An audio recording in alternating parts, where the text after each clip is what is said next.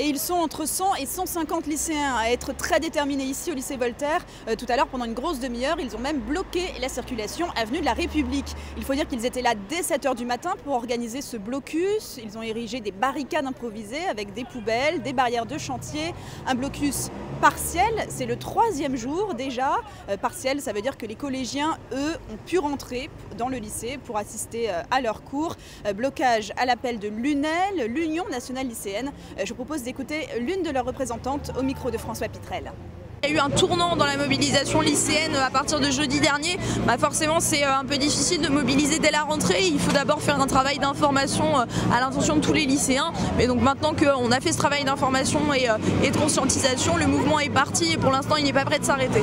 Et en effet, le mouvement va se durcir puisqu'ils ont voté tout à l'heure, lors de l'Assemblée générale, le blocage total de ce lycée Voltaire dès demain matin.